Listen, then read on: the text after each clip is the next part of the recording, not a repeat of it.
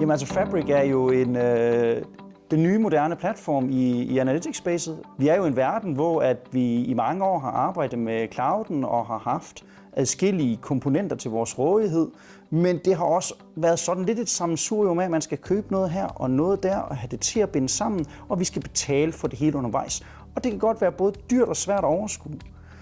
Så kommer Fabric ind i billedet og tilbyder nu det her som en platform, man kan købe ind på, hvor man ligesom bare hopper ind up front, og så er værktøjerne til rådighed for i øvrigt en kendt pris på forhånd. Det har også lidt at sige. Og man kan sige, udover at der er en stor interesse i det teoretiske, så har vi på nuværende tidspunkt allerede gennemført flere store Fabric-projekter, så erfaringen i det praktiske har vi også med. Så de to sider, den teoretiske interesse og passion koblet med praktisk erfaring, er noget af det, man får med ved at vælge at arbejde sammen med os.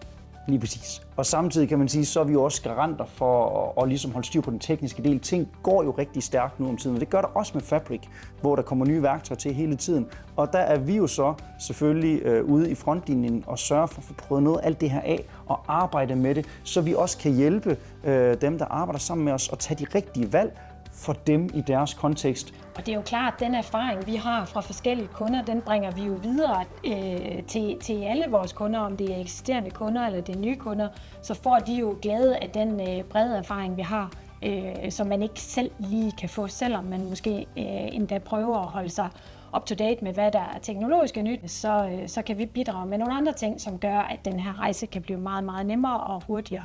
Ja, og så lige præcis den her med selv at finde ens egen ståsted. Så der vil være folk, der naturligt vil komme med et kompetence, der gør, at de faktisk kan bedrive en stor del af arbejdet i platformen selv, men som også samtidig skal have noget hjælp til nogle af de grundlæggende ting.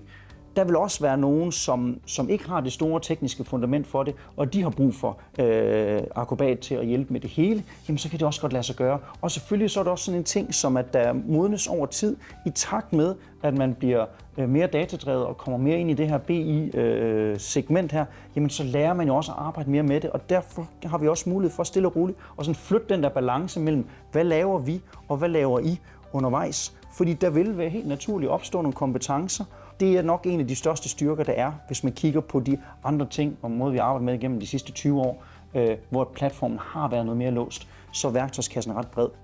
Så har vi også en rigtig stor erfaring i at styre de her projekter i mål. Det er vigtigt for os, at kunden hurtigt får noget værdi og hurtigt kan komme på banen selv. Ja, og når også man så taler om det der med hastighed, ikke? Jamen fra du har en beslutning om, at du vil have noget i gang, og du skal bruge en database og en server osv., der skal sættes mange folk i spil, og det kan godt være en lang proces at få alt det her etableret og få sat op.